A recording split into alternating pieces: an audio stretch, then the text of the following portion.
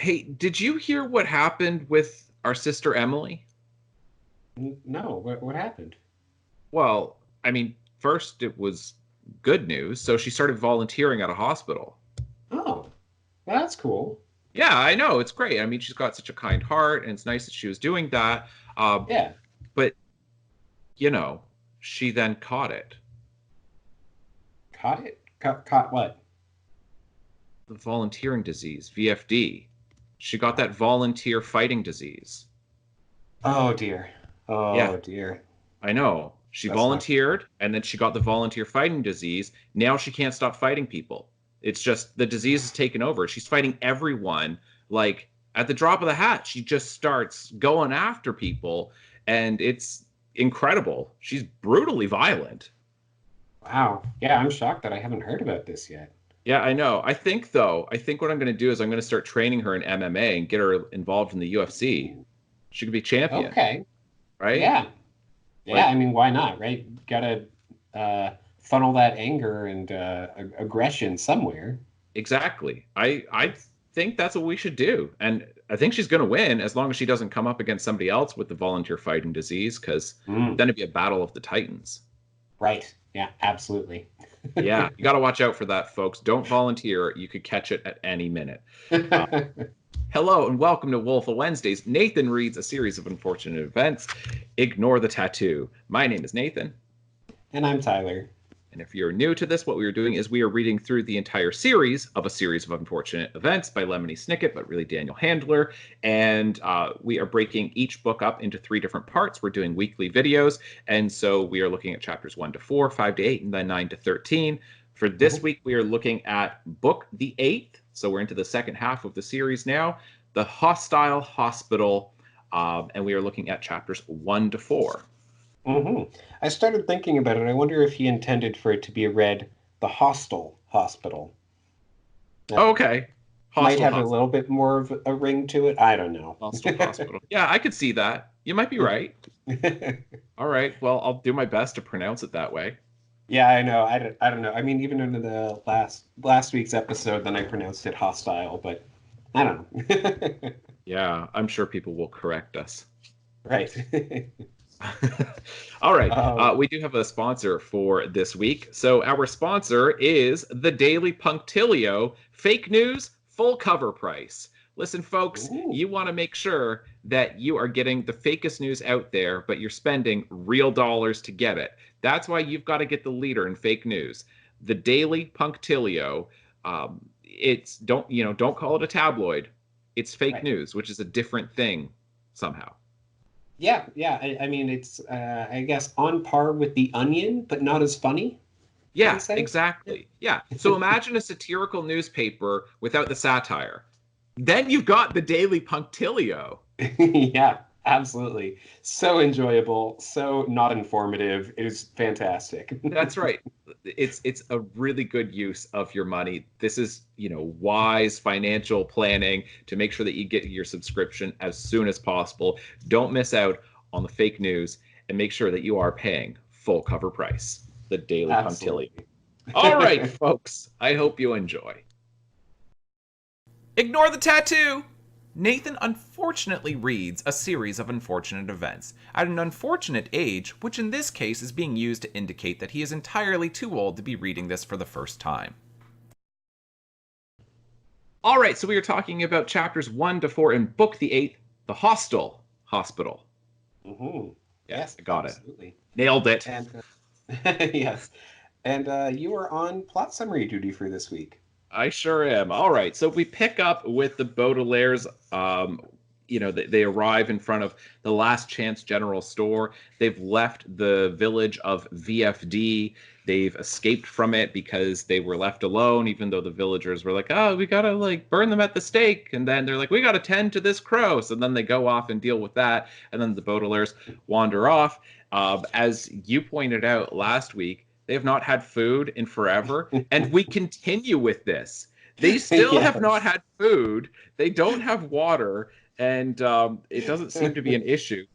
Anyway, they arrive in front of the Last Chance General Store, which effectively is like the Looney Tunes version of a general store.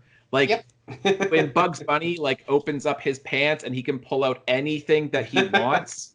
Do you know what I mean? From Looney Yeah, Tunes. It's like whatever it is that you want, they have it. yeah, How does this store have room for all of these things? I don't know, but they do.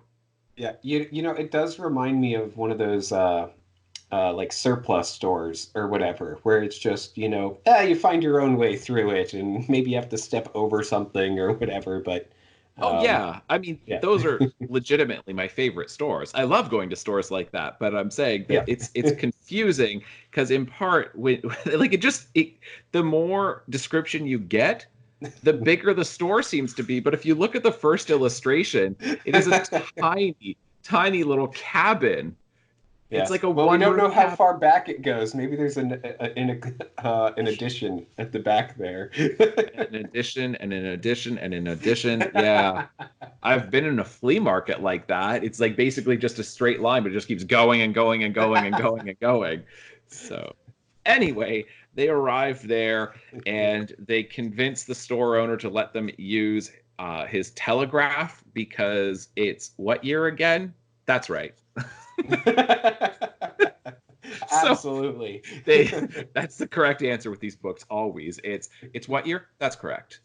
Um, whatever year you think it is, sure, it's that. So they use his telegraph to contact Mr. Poe to let Mr. Poe know what's up, what happened with everything in the VFD and Olaf and all of that stuff and what happened with the Quagmire. So they contact him. They're waiting and waiting and waiting for a response. They don't get a response. And so ultimately, what ends up happening is the Daily Punctilio arrives and you've got their pictures on the front and the whole thing about them being murderers from like with Jacques from the town of VFD with the Vile Village. And so they realize, oh no, we're going to be recognized by either the newspaper delivery guy or by the owner of the Last Chance General Store. So we've got to get out of here. And then they see the van that's arriving, which is the volunteer. What is it? Volunteer. Volunteers fighting disease. Yeah, volunteers fighting disease that our poor sister has now caught. It's that awful Yes. disease. So the volunteers fighting disease, and they get on the van with these folks who are such positive, optimistic people that they don't read the news. So anyway, they don't want to be bothered because the news is kind of sad. So they have no idea about the Baudelaires, but sort of, but not. Right. Yes, they are aware that there are murderers uh, in the area, which is the theme of this introduction. That everybody is kind of aware that there are murderers in the area, but nobody knows what they look like until the Daily Punctilio arrives with perfect photographs of them. Yeah. I guess there's no television, uh, but there's Right. radio. Hmm. Maybe. Is that how Yeah, they're hearing about it? I And then guess. they rely on print media to find out, like to have any kind of images. Sure, let's go with I'm, that. yeah. So anyway, they get on the van with these hippies. They go off to the hospital, the Heimlich Hospital, to go and help people by singing songs and whatever. And they're like, "Oh, what are we gonna do?" And the hospital's like, Two Face on the one side, it's totally finished. On the other side, it's not finished at all, and Yep. it's just like a shell of a building. And then they go in there, and immediately there is a page over the intercom system which then says they need 3 volunteers from the VFD for a new assignment. So the 3 of them agree to do this, and they ultimately end up doing exactly what they want to be doing, which is to be working in the Library of Records, because it's, well, that's convenient because they were just saying, we need to Yeah. access a Library of Records. Where do we find one of those? I don't know. And then it's like, we need volunteers. You're now going to work in the Library of Records. They're like, yay, that's perfect. And so Yeah. so yeah, that's basically it. They're working with Yes. Hal, and it's a record of like everything. Yeah, apparently. Yeah, including the the Snicket fire. Snicket fires. Yeah. Not just fire, Fires. but Right. fires, plural. Yeah. Very interesting little tease there. Right. Yeah. Yeah, I do really like that detail, and I had that marked, but I guess this will be my opportunity to talk about it. And it's just, yeah, okay then, Snicket fires. Very interesting. Yeah, I don't know what to make of that either. I have it marked. I just have, oh, Yeah. okay. Like, gotcha. Yeah. Was it a fire of the Snicket home or homes? Or was it fires caused by Snickets? I don't know. I don't know either. Yeah. Yeah. I don't All remember. right. Okay, well, there you go. You don't remember, and I just don't know.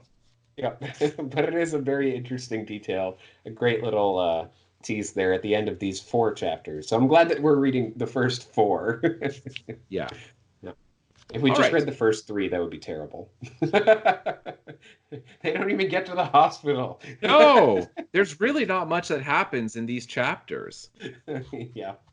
Uh, all right, let's get into this. So, starting with chapter 1, why don't you go first? All right. My first note is on page 2, just toward the bottom of that page, the beginning of that paragraph, or really the previous paragraph leading into the second. This is actually the first and second paragraph of the entire book. We got Lemony Snicket describing the difference between different ways or different reasons why an author would write stop at the end of a sentence. And this, of course, is telling you to stop reading the book. And then I really like this, that the next paragraph starts off with the Baudelaire orphans stopped. After you've just read all of this, stop, stop, stop, stop, and then it's the Baudelaire orphans stopped. It's that actually really worked for me. I did chuckle when I read that. Because I thought, okay, yeah, I've gotten through all the stop stuff. Right. And then that first sentence of the next paragraph, I'm like, all right, you got me. Right. But yeah, there's some good playfulness of language there. Yeah. All right, and then my next note. Actually, wait, where does this chapter end? My apologies for not being prepared. Like 16 or something like that. 19. Okay. 19. Gotcha. All right, so yeah, my next note is on page 15. This is when they are sending the telegram to Mr. Poe. Similar to what I said in the previous book, with them correcting the Daily Punctilio's errors being a great way of, getting all that background information out. This is another example of really, really effective background, a way of getting out that background information. It is. That Handler has included. And then of course you do get that arrête from Sonny, which is French for stop. And we get quite a few of those instances of Sonny saying things in another language or that are very close to English, or close to proper English, I guess. Yeah. It's getting to the point where the ratio is almost more on the side of her being comprehensible than being incomprehensible. Yes, yeah, I would agree. Yeah. But yeah, so those were my only notes for chapter 1. Okay. On page 11, I've only got the one note in here. So this is page 11, where at the top of the page it says, newspaper stories aren't always accurate, Klaus said nervously. The shopkeeper frowned. Nonsense, he said. The Daily Punctilio wouldn't print things that aren't true. If the newspaper says somebody is a murderer, then they are a murderer, and that's the end of it. Now, you say you wanted to send a telegram. Yes, and then it continues on. So the thing is here is that there's absolutely something to this. And regardless of what you think about the concept of, fake news itself and, the way certain politicians, Trump in particular, but he's not the only one who will attack the media, will then point to media bias. And then traditional media outlets will say there is no bias. And it's like, okay. But there is, the way you frame a story and discourse has everything to do with how it ends up being interpreted and how much context you provide and background information and what you omit and what you include. And that's not even a political statement. Like, it's really not. It's that you are creating a narrative every time you tell a news story, because it's a story. Yes, there is inherent bias that exists within everybody and within every newspaper, there are, and it is important for discerning readers Yes. to pay attention to that, to which way does this media outlet, not just newspapers, but all media outlets, which way Correct. do they lean? Because it's not to say that they're giving false information No. necessarily, but No. it's just that, yeah, they have a certain bias which does affect the story that they try to tell, and the way It's that they frame it. absolutely. And it's a concept, it's a postmodern concept that there are different versions of the truth. There's your Mm, truth and my truth. And the thing is, like, a right. lot of people hate that, but it is actually true. That Yes. the idea that there is only one story, it's like, well, there's not. It totally depends on how you frame a story and the diction that you use. That depending on what term you use, that can influence somebody one way or the other. Mhm. Um, and but the point here that I'm getting at is that it's such an interesting section here where he says the Daily Punctalia wouldn't print things that aren't true. If the newspaper says somebody is a murderer, then they are a murderer, and that's the end of it. And I just wrote down, court of public opinion. That Mm, in a lot of ways, this is essentially what you have in an actual courtroom when a lawyer will introduce something that they know is going to get struck down by the judge. It's going to get the other attorney is going to object to it, and the uh, judge is going to sustain that, and or the judge will overrule it, right, or mm. sustain it, I suppose, and then say essentially to the jury, like, that doesn't count. Like, what you Right. just heard can't be entered into the record. Yeah, But just they don't pay already attention to that thing. Right, but they But already heard it. And lawyers do yeah, this all the time, and they know that. They're like, "Oh, I absolutely. know that the other attorney is going to object to this, and the judge is going to agree with them, and it will get thrown out officially that it can't be Hmm. included. But as soon as I say it, then the jury's heard it, and they can't unhear it." And Yeah. that's essentially how the how it works in the media, is that whether something's true or not, as soon as there is a news story about it, then people hear, they get the gist of it, Yeah. but they don't get into alleged or Right. charged, which is not the same as convicted. Do you know what I Hmm. mean? They just hear murder, that person, and they're like, whoa. Um, Yeah. and especially online, the way you see reputations get destroyed, whether this is a good or bad thing, but when somebody gets accused of something, then often their entire career is destroyed. That Yeah. and so, like, his attitude of, oh, well, the newspaper wouldn't print it if it wasn't true, it seems like a lot of people do have that attitude. And then if you Right. push against that, if you like, because if, like, let's say there's an allegation about somebody online and everybody's trashing them, and then you say, and you'll often see it with another celebrity, they'll say, hey, I know this person personally, I've never experienced anything like this, we need to wait for all the evidence, we need to wait for the facts, we need to hear their side of the story. Then people go like, whoa, what's wrong with you, why are you defending this monster? And it's just like, whoa, what happened, people? That, Yeah. can't we say, if true, this is really disturbing, but let's be patient here, Hmm. because we need to hear all of the facts. Let's not just jump to conclusions. But so he's writing this before I think it became a massive issue, but Right. Yes. it's a good criticism of the court of public Hmm. opinion and the problem with that.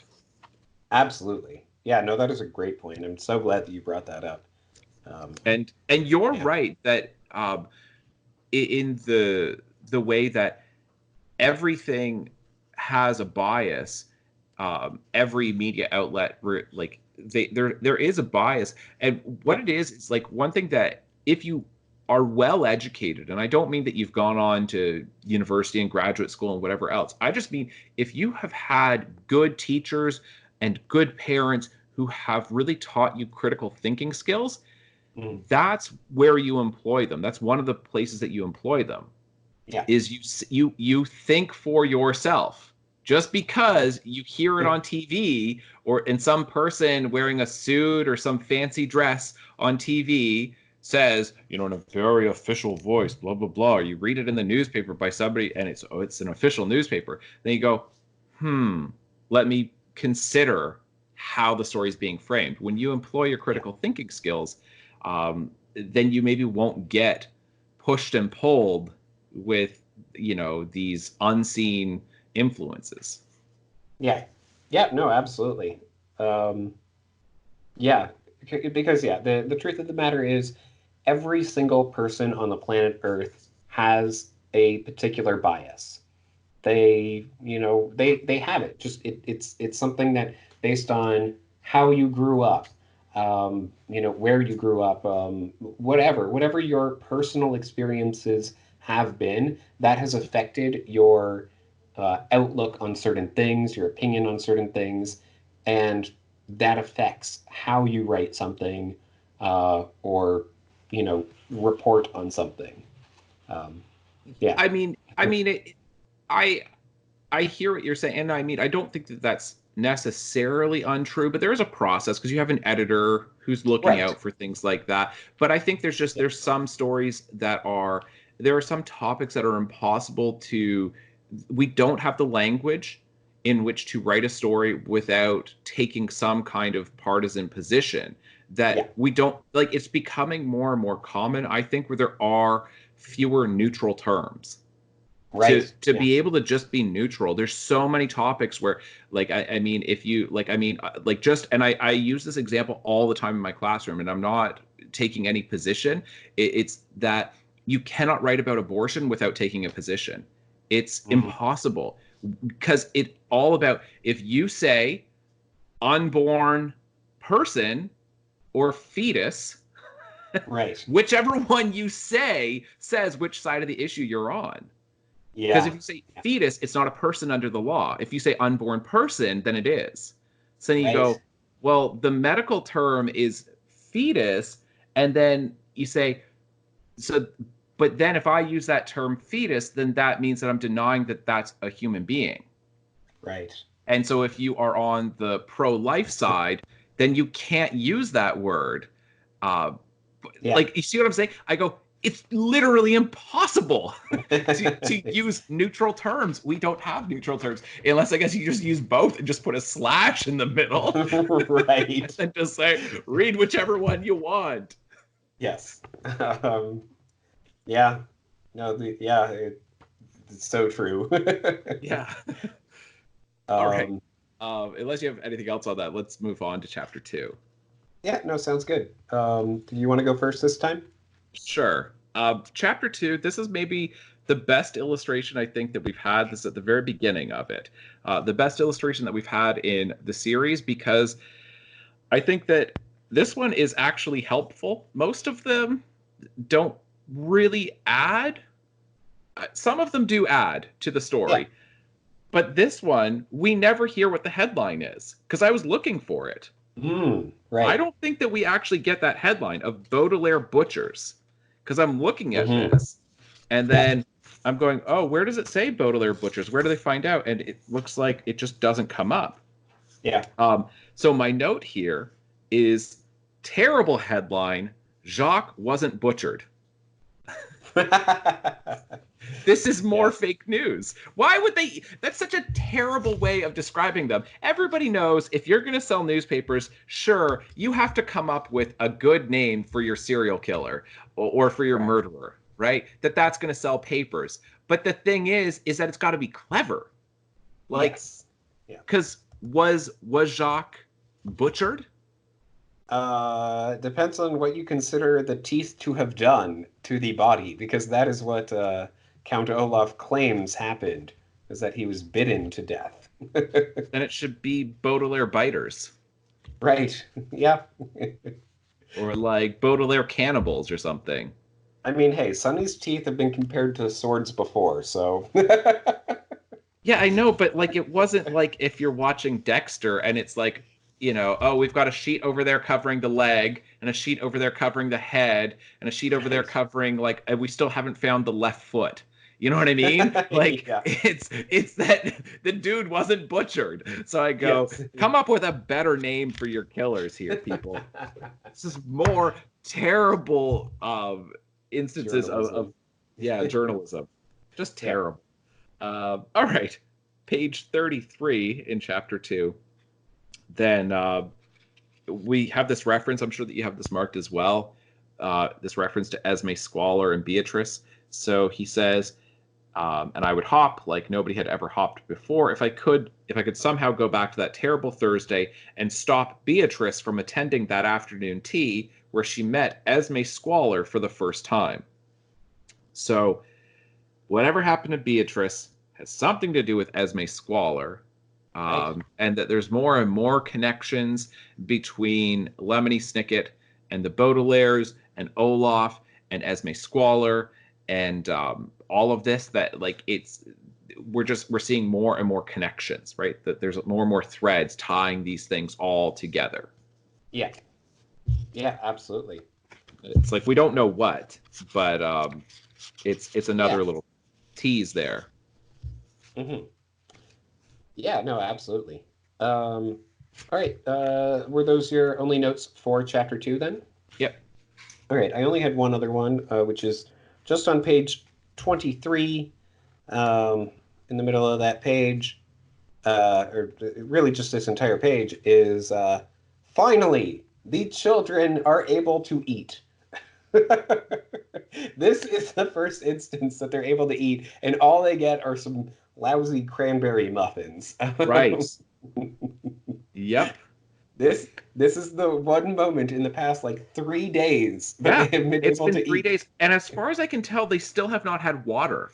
Right. I dare you people, try to even go like a day without water and then eat a muffin. See how well that goes down. Are you kidding me? Yeah. That would never work. Yeah, absolutely. Just because I remember that I did tell you in the last podcast, like last week, that I did tell you that I would let you know when the children were able to eat Yes, again. that you were going to be This paying is attention. the point. Yeah. So 3 days, still no water. Somehow they're fine. Yep. Okay. Yeah, all right. So those are my only notes for chapter 2. All right. Why don't you keep going then? Go through chapter 3. Sure. All right. So my first note is on page 37. This is the reference, just at the main paragraph there. Lemony Snicket writes, an associate of mine named William Congreve once wrote a very sad play that comes to soothe a savage breast. So, are you aware of William Congreve? So it is a real person. Let me just pull it up on my phone quickly. Or it was a real person, I should say. Well, I guess it's still a real person, even if he's Can we say dead, he, not it? What kind of a monster was he? I'm sorry. He was a real person. Yes, my apologies. Yeah, so William Congreve was an English playwright and poet of the Restoration period. Oh He my is goodness, known I for should his know this. he. Oh, and I think my light is dying. Oh, yeah. My main one is definitely dying. Oh yeah, Oh, I well. can hear it. This is exciting. We're gonna have pyrotechnics on the podcast. All right, there we go. I'm just going to be a little darker than usual for this podcast. So William Congreve was an English playwright and poet of the Restoration period. He is known for his clever satirical dialogue and influence on the comedy of manners style of that period. He was also a minor political figure in the British Whig Party. What's a prominent work of his? That is a good question. The Mourning Bride, The Old Bachelor, Incognita, or wait, I think this is all one. Is this one title? I'm confused. I think it's The Mourning Bride, The Old Bachelor, Incognita, or Love and Duty Reconciled. Huh. I legitimately took an entire university course on restoration theater, and I don't know his name. Now, it could be that, like, at the time, I heard it from my professor. I loved that course, but, well, I guess it wasn't restoration like theater or drama, but it was Restoration literature, and we did look at a number of Restoration plays.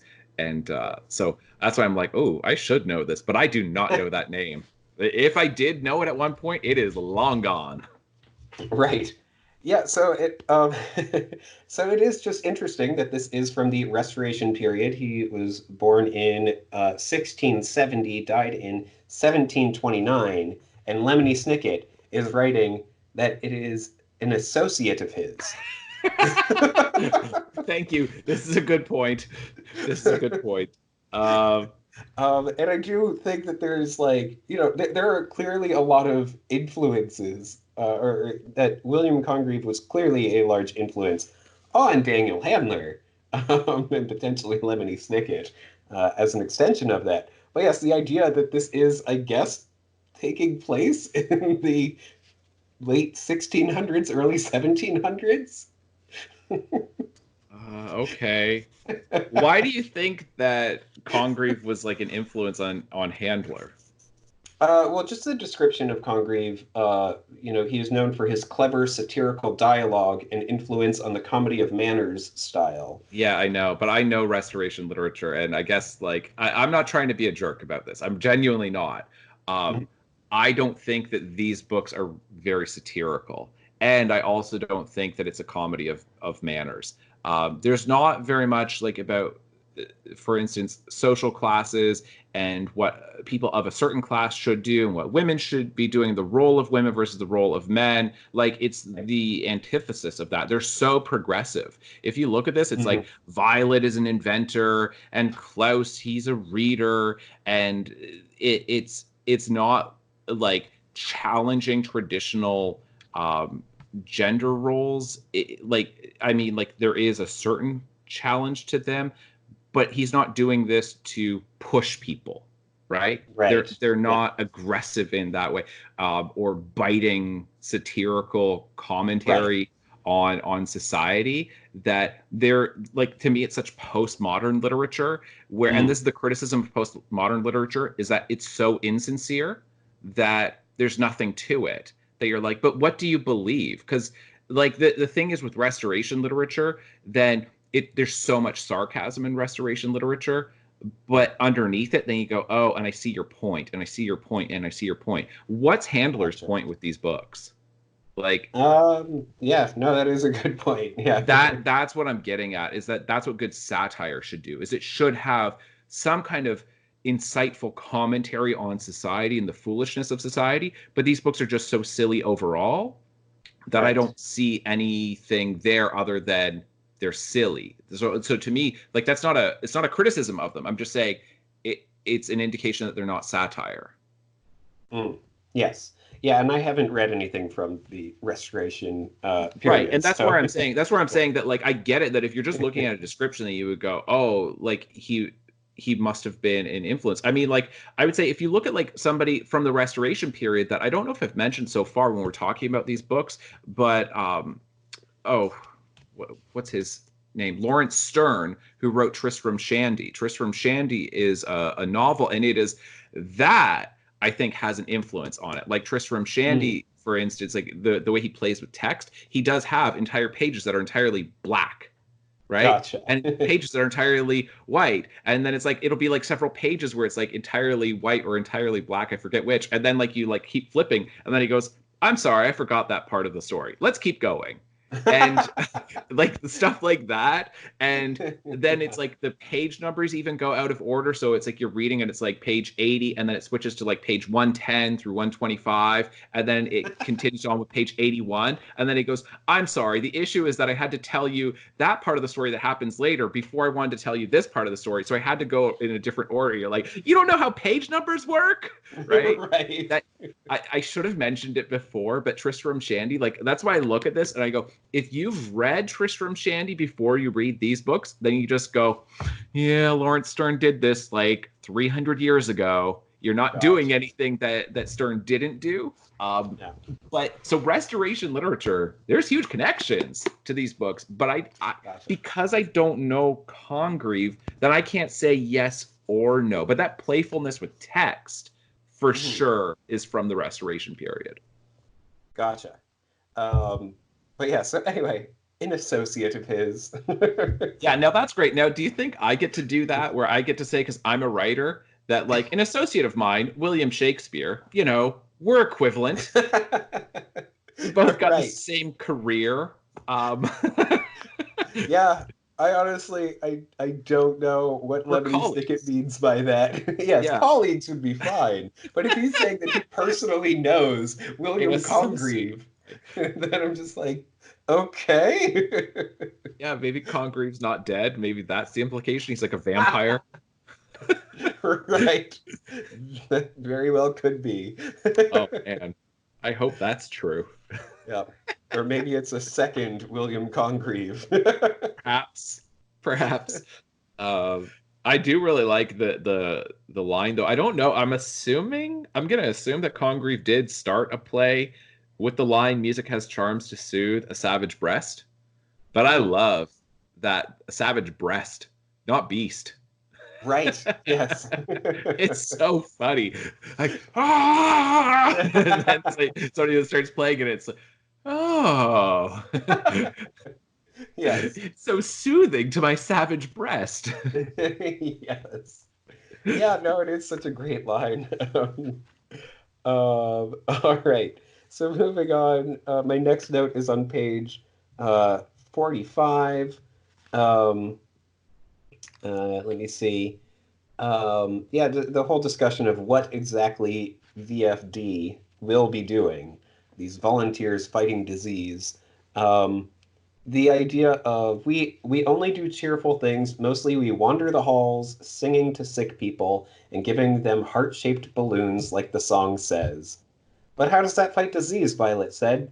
Because getting a cheerful balloon helps people picture getting better, and if you picture something, it makes it so. The bearded man explained. After all, a cheerful attitude is the most effective tool against sickness.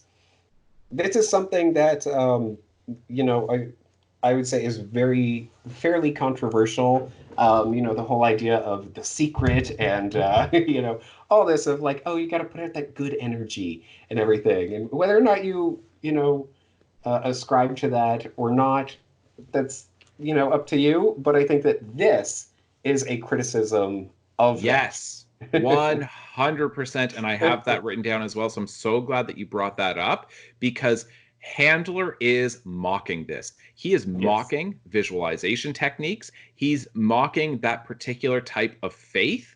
And this is, I would say, like as edgy as he's ever been. Right. Yeah. This criticism, because that's a huge group of people who do believe that your belief system and visualizing something and speaking something into the universe has power. And he's really mocking faith more broadly, right? Mm. To pray for something, he's mocking billions of people who are believers who because like while many people of faith, many religious people will still go to the doctor, right? And Right. they will still accept treatment, but because then he's got like it's Handler, I'm sure. I maybe shouldn't say that, but I'm pretty convinced that it's it's Handler who's speaking through Violet and Klaus here, where he says, "But how does that fight disease?" Violet said, Mhm. and then he responds, and he says, "Because getting a cheerful balloon helps people picture getting better, and if you picture something, it makes it so. After all, a cheerful attitude is the most effective tool against sickness. I thought antibiotics were," Klaus said. Echinacea, Klaus said, she meant, or well-tested herbal remedies.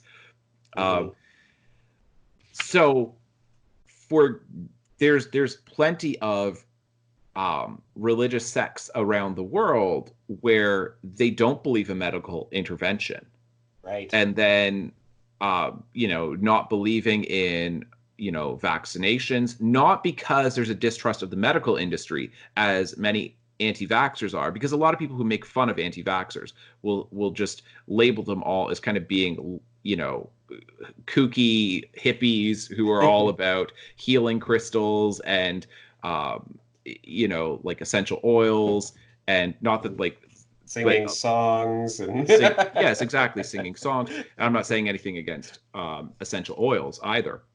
But I'm saying like that's the criticism that they'll say that instead of, not in addition to antibiotics and other things, but it's that there's a whole bunch of people, a lot of people who look at anti-vaxxers and they say it's people who distrust the medical industry, but not necessarily people of faith. But it's like, but there's a whole other group of people who are very, very religious people who don't want to put their faith in the modern medical industry, right, or modern medical field, and instead want to put their faith in their religion and their God. And to just see it so callously mocked here is interesting. Yeah. No, I agree. I mean, I think that on the face of it, then it is just the criticism of, you know, The Secret and you know. Yeah, absolutely. Which it was The Secret was very popular at this time too. Absolutely, yeah. But yeah, I think that you definitely can, you know, just take one step down from this, you know, deeper, and be like, oh, this is really a criticism of like all of that of and part of the reason why I'm doing that is because, remember, I brought it up several books ago, but I brought up that there seems to be no religious people at all in these books. There's really no mention of churches. There's really very little mention of anything to do with religion or prayer or any of that stuff. So that's where I'm looking at this going, I don't know what Handler believes personally, but this is a good example of what you were talking about before. If we all have a bias, and that bias shows up even when we're trying to not get it to show up. And I'm going, I think it's low-hanging fruit that you're trying to make fun of people, like a certain group of people. But you've also now said that, you know, having a positive attitude and believing in things that have not existed and believing for them to exist, I'm going, but that really is how faith actually works. And so you're now not just mocking this small group of people, it's expanding out. And whether you think that's a good thing or a bad thing, that's up to you as the reader. You could say, yeah, go after that entire thing, or you can say, well, I don't really like that part, and that's fine too. Like, yes, and so I do. It is very interesting because, of course, the Secret, all about, you know, putting out that positivity and only inviting positivity into you. These books would not be read by somebody who is really into The Secret, because it is all about, you know, depressing things and all of that. And so it's, you know, it really is a perfect medium for that message, whether or not you agree with it. Because that would be the criticism of these books. Oh, you don't want to read these things and put all that negativity into your life. Correct. And so he's just saying, like, you know, like, well, that's ridiculous to think of that. There's, you know, some idea of just thinking positively or negatively will affect your life. So and I mean, like, that is perhaps that can definitely be Handler's attitude. I want to point to a prominent example of somebody who has read The Secret and really does believe in visualization. And that would be Conor McGregor, who is not just the biggest star in UFC history, but is one of the biggest stars in modern sports. And he is open about that, of visualizing exactly what he wants to do. And even from like reading The Secret and visualization techniques and speaking something into existence. And he has actually, like, they call him Mystic McGregor, where he will say before a fight exactly how he sees it going down. And he has been correct multiple times, where he'll say, in the second round, I'm going to knock him out towards the end of it. And then it's like, it's going to be a left hook. And then it'll be a left hook in the second round towards the end of it, and actually works. And then he's like, I just knew it. I believed it. I saw it. I like spoke it into existence, and I worked at it. And you're like, how much of that is just you trained for that? And in the back of your head, you're training and training, planning for that. But you also go, but maybe that kind of works. Right. That because you have it in your head that you train for that, and then you convince yourself that it will happen that way. And if you do have some control over the events, then you will force it to happen that way. Yes. Yeah. And Yeah, I should once again state, I am not trying to No, criticize no, no. The I don't think Secret that or you are. anything like that. Yeah. It's just that I feel like these books in particular would be something that someone who is very into the idea of The Secret and Yes. positivity and all that, then they would be opposed to reading this or at least hesitant toward it.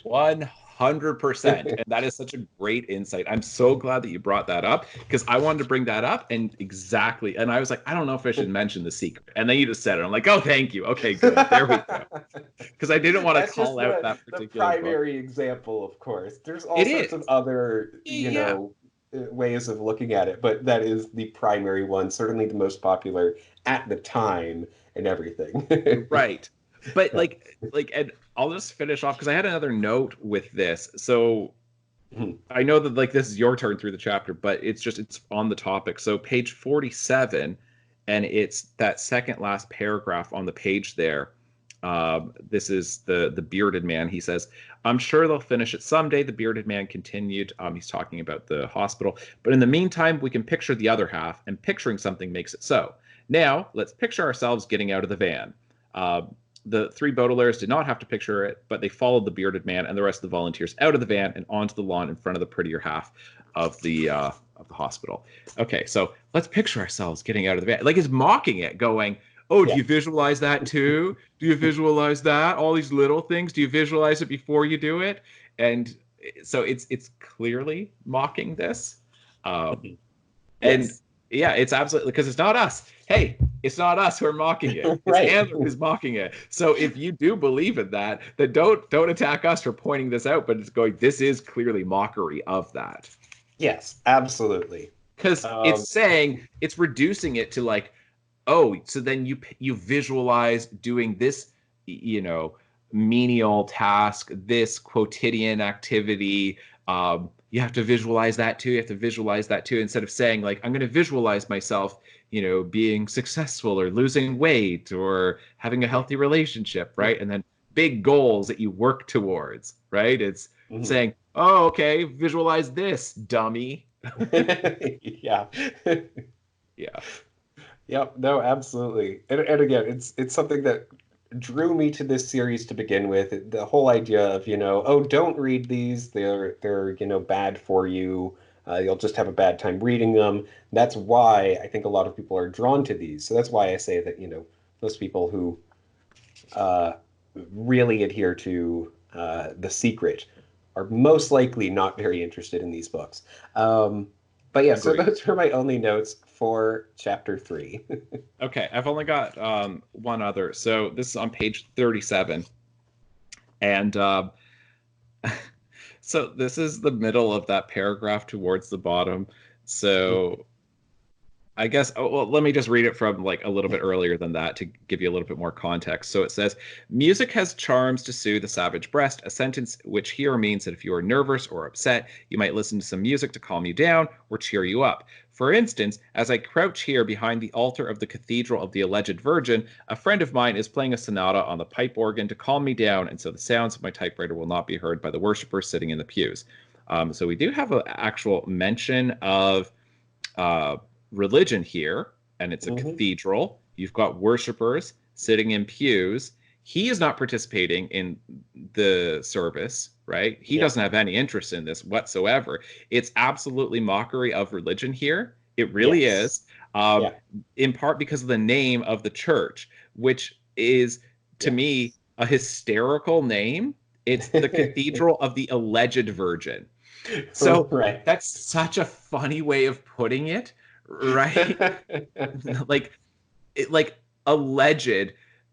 I mean, alleged is typically, you use the word alleged if you're referring to somebody having done something bad. Right.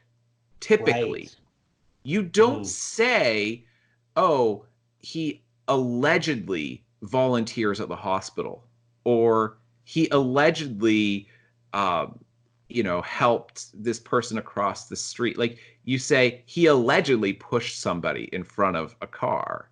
He Right. allegedly stole something from somebody in a hospital room. You could allege, like that just means that you were accusing somebody of doing something, but typically, like, but we don't have evidence one way or the other. But that's just what we've kind of heard. That's to allege Right. something, right? Yeah. But we typically only use that with negative things. So Yeah. look at what he's doing. Cathedral of the Alleged Virgin. Like, I heard that she's actually a virgin. And, like this woman going around, I'm not a virgin. I'm not a virgin. Allegedly, she actually is a virgin. Like, this is the weirdest way of describing it. That it's like, that she's like really proud of not being a virgin and going like, allegedly she is though. And she doesn't want that to get out. Right. Right. And so Yes. In it, fact, there's a whole movie based on that called Easy A. oh, really? Okay, Yes. I know the name, but I haven't seen the movie. But yeah, so like Cathedral of the Alleged Virgin. This is obviously an attack, though, against Catholicism, Hmm. and that it's because of the amount of Catholic churches that have got something to do with the Virgin Mary, Yeah. and Cathedral of the whatever, right? And then Yeah. something Mary or something Virgin, and it's Yeah. to then, but it's also like this underhanded way of questioning the divinity of Christ, because Hmm. you're then saying, like, it really is. Yeah. If you're saying she's allegedly a virgin, but then you're saying, oh, so she's not. Like, you're putting Right. this, you're Yeah.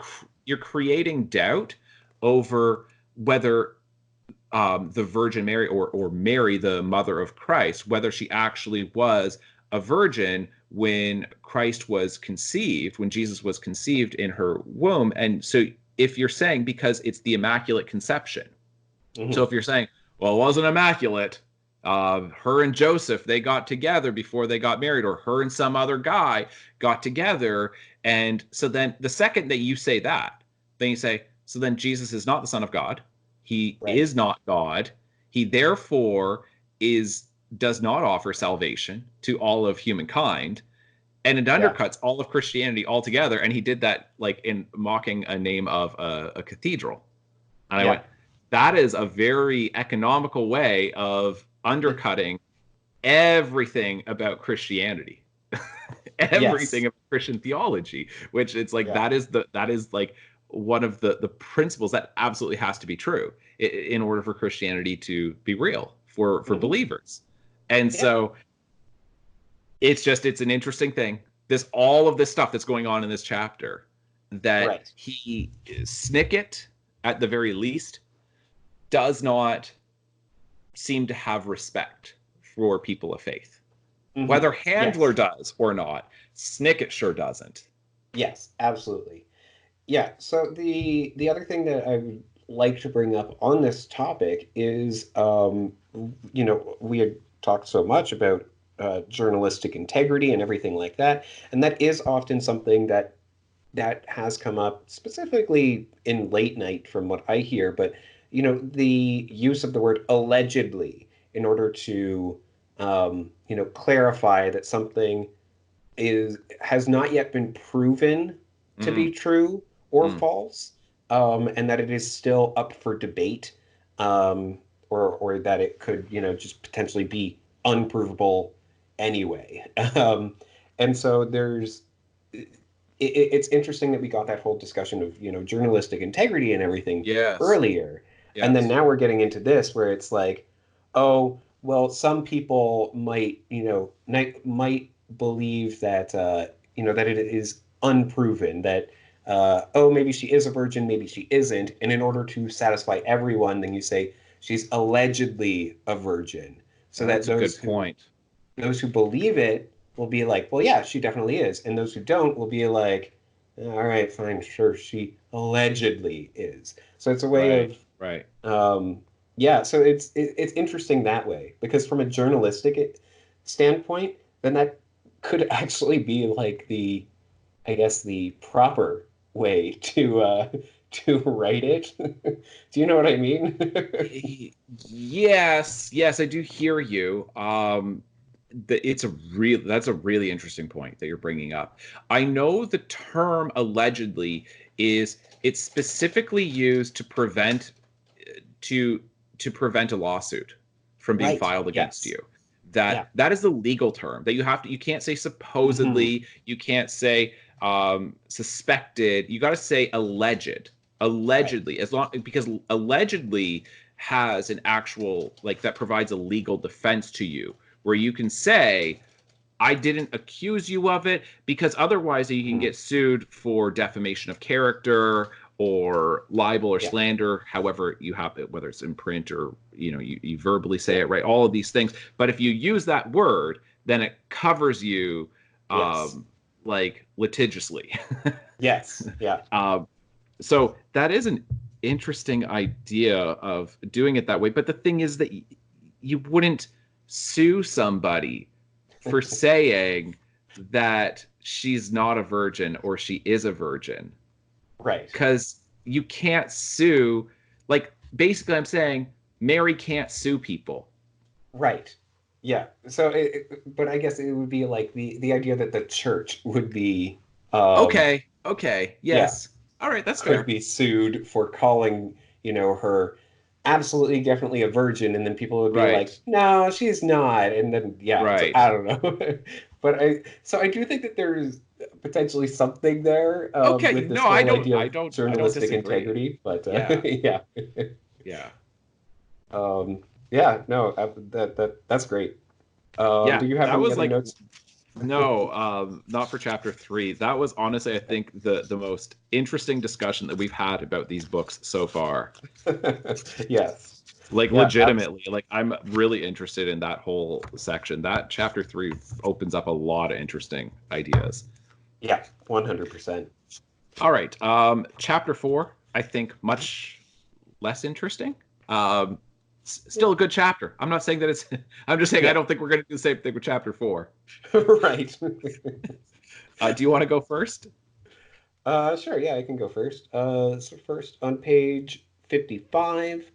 All right, then we get the ba-ba-da-ba-da. Sorry, this is That's okay. um yeah, I think just the idea of the Library of Records being there, and then all these questions that have started to come up, all listed in a row.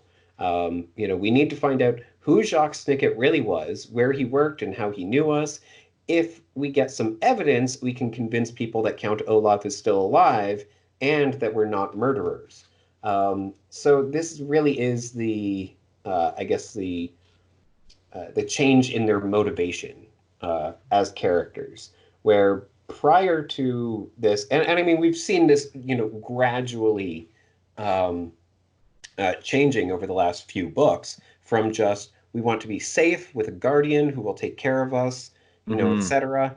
Um, and then it becomes okay, we need with quagmires.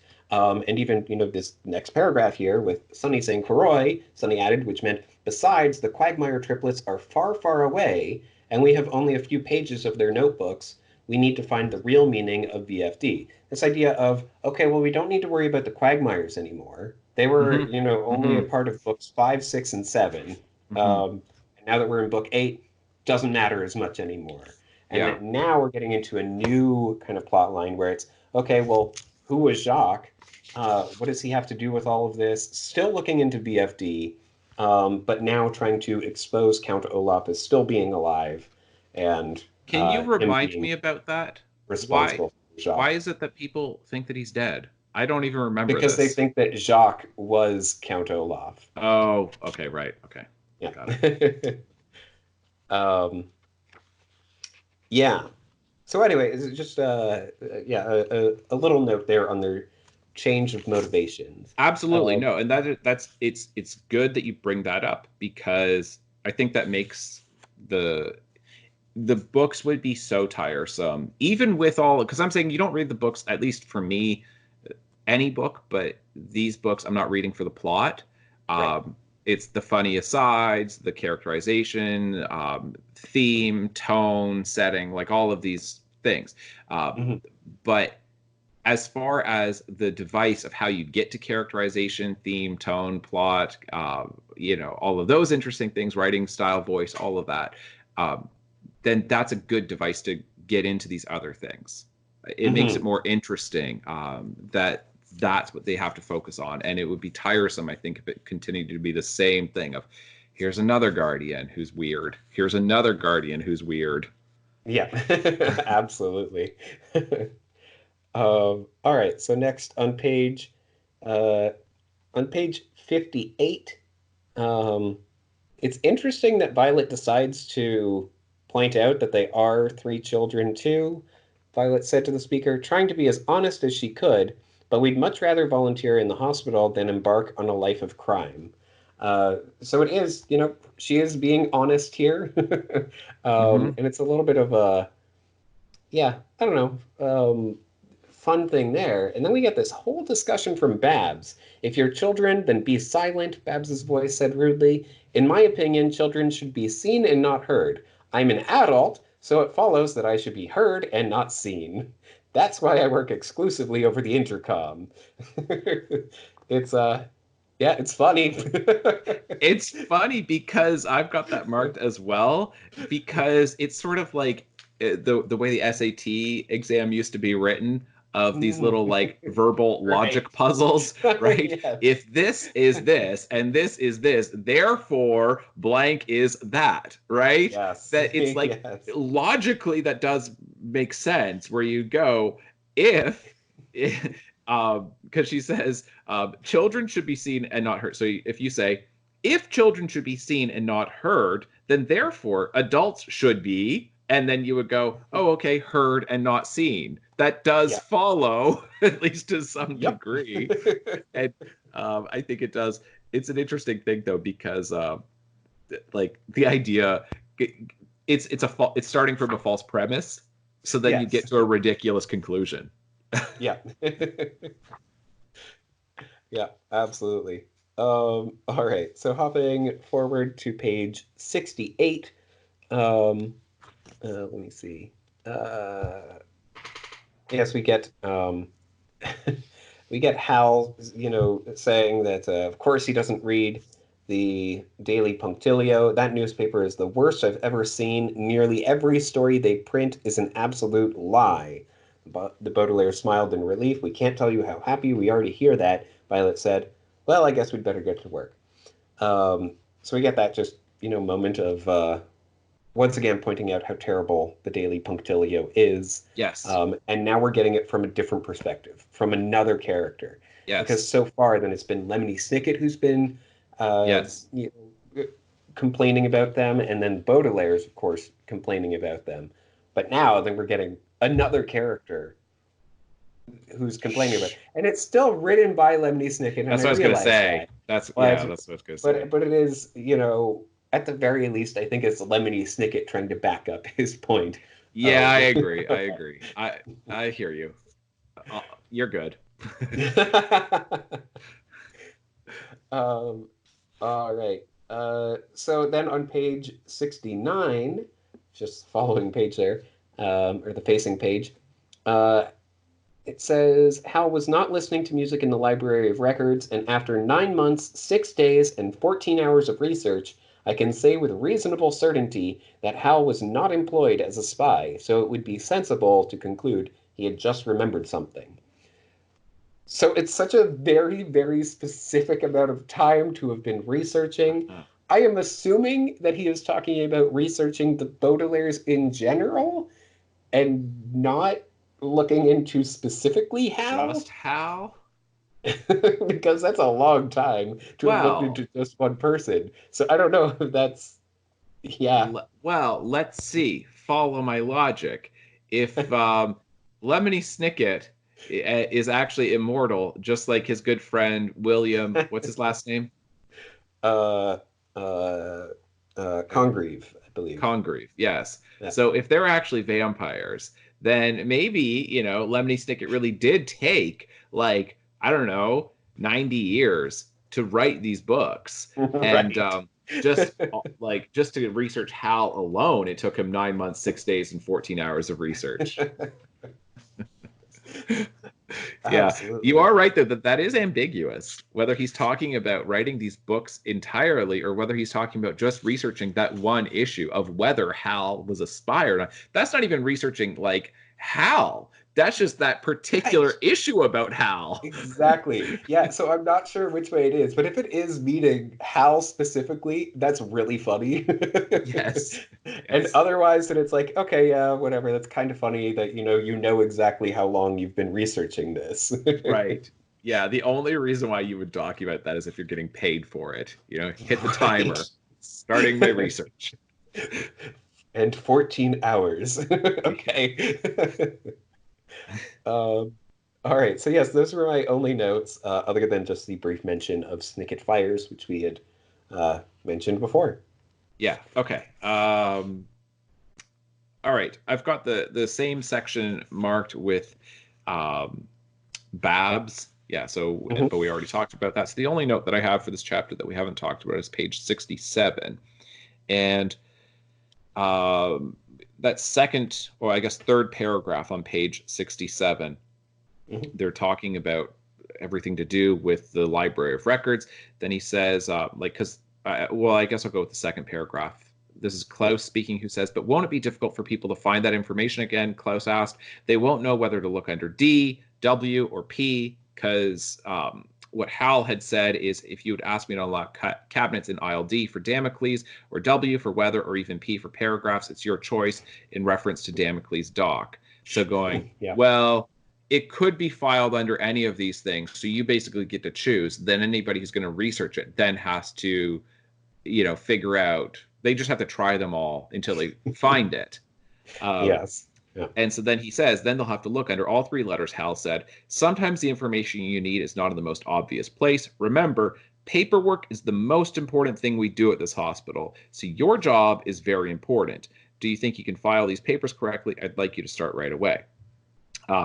So to me, this is a mockery of bureaucracy and Hmm. the administrative state that we've seen uh, bureaucracy expand and administrative tasks balloon, like all of these things, and administrative departments balloon, and the actual job of doing stuff has declined. That if Right. you look at for instance, the entire educational system, and specifically post-secondary education, then the administrative level has ballooned to an incredible degree. And it's like administrators who are making the most money at universities. Mm. And it's not professors or deans, it's the administrators who are Right.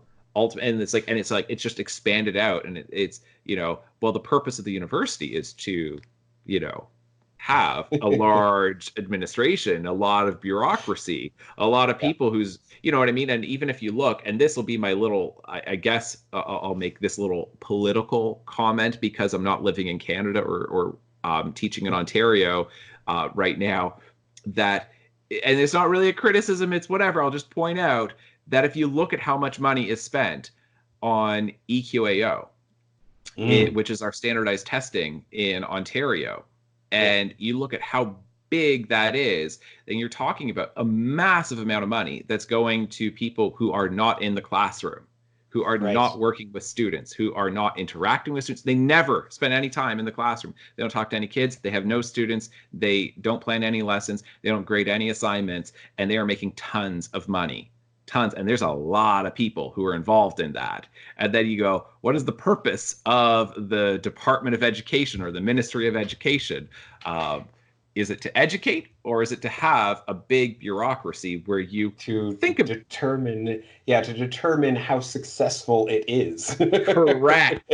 So, so like, because I'm trying to remain as neutral as possible on this, but that would be my point, though, that Handler Mhm. is mocking that, and there is something to be mocked there. That it is a Right. thing that exists that people do point to and say bureaucracy has expanded to an incredible degree, and Yeah. there's a lot of people who work within bureaucracy who take their jobs very freaking seriously and think it's super duper important work that they do. And if you can't tell from my tone of voice, I would say that that is dubious. Right. Yes. Yeah. Any mention of bureaucracy automatically reminds me of Futurama and Hermes, the Yes. bureaucrat grade 43 or Right. something. Right. Who, yeah, and the central bureaucracy where there's the one person standing in line, and it says, "Oh, is this, this line will take forever." And then there's this old decrepit guy in front of them who's like, "Yep, I'm still waiting on my birth certificate." That's right. That's right. Exactly. That's the thing. Like, I feel like if you like, I would say no one has ever responded this way. If somebody introduces themselves as a bureaucrat and they say, it's like, oh, what do you do for a living? Oh, I'm a bureaucrat. Thank you for your contribution to society. That has never happened ever. No one has ever thanked a bureaucrat for that. I'm not saying there's not a role for it, but I'm saying if you Yeah. say like, I'm a veteran or I'm a soldier, I'm a police officer, I'm a doctor, a firefighter, a nurse, a school teacher, like, you know what I mean? Like any number of these things. Thank you for what you do. Thank you. Right. But a bureaucrat, and it's like, okay. Yeah. And you said we wouldn't have interesting No, conversations you're, from yeah, this chapter. yeah. Um, but anyway, I really like that. To me, that's actually pretty good satire there of saying Right. Yes. paperwork is the most important thing we do at the hospital. And when they're talking Yeah. to Babs, it's like, oh, like, Healing people. yeah, No. healing people. No, it's paperwork, dummy.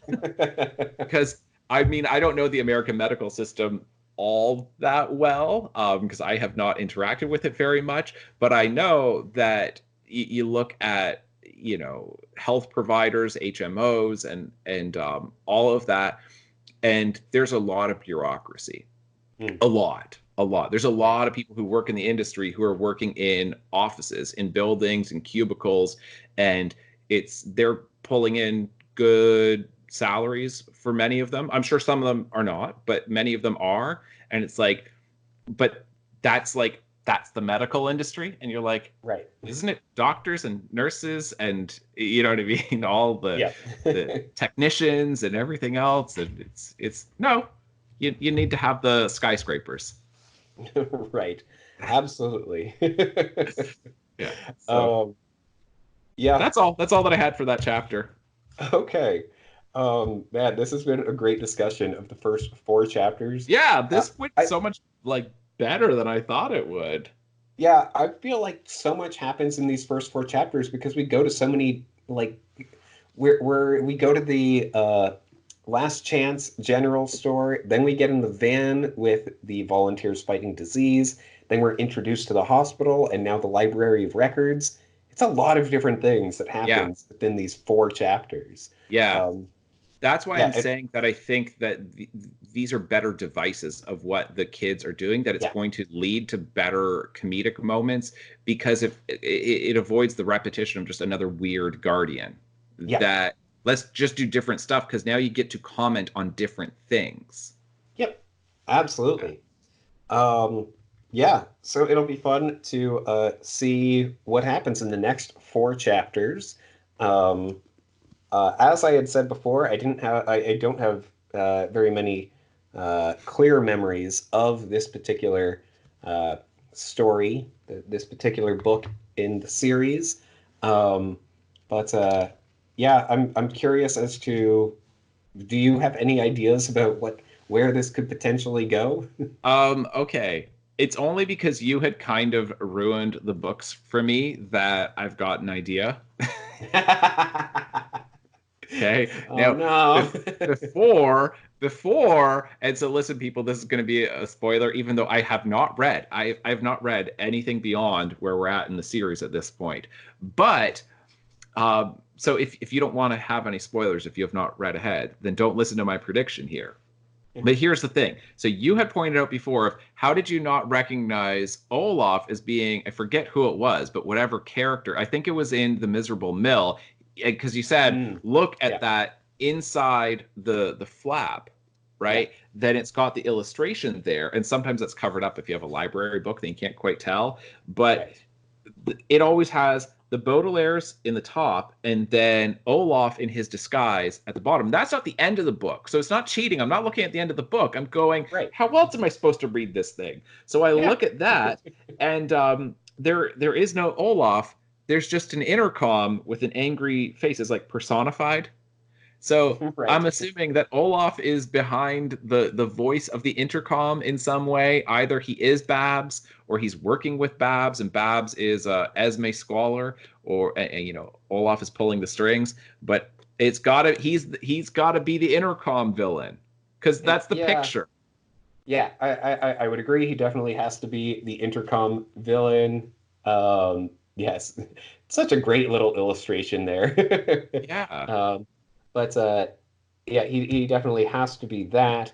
But the one thing that I will say is that the Volunteers Fighting Disease mentioned Babs as a figure that they were already aware of. So it doesn't seem like it would be enough time for Babs to be, I suppose, Esme or another one of his associates. But of course, even on the front cover, we do clearly see a man with a hook for a hand in one of the gloves. That's right. It's nice that they make gloves that can accommodate that. Yes, absolutely. And I don't know who the other person is supposed to be. I'm not sure if that is the man with the long nose, but he does have hair here. So I'm not sure. That's a good point. I don't know. Regardless, we will explore more of this, including why exactly Klaus has a saw in his hand. Yeah. So many questions. Yeah. All right. Well, we'll finish off with that. Yeah. All right, folks. Thank you so much for watching. So it's chapters 5 to 8 for next week, and we'll see you then. All right. Bye. Bye. Ignore the tattoo! A phrase here which means like, comment, subscribe, and share this podcast across the web. That may seem like a strange definition, but in this context, it is entirely accurate.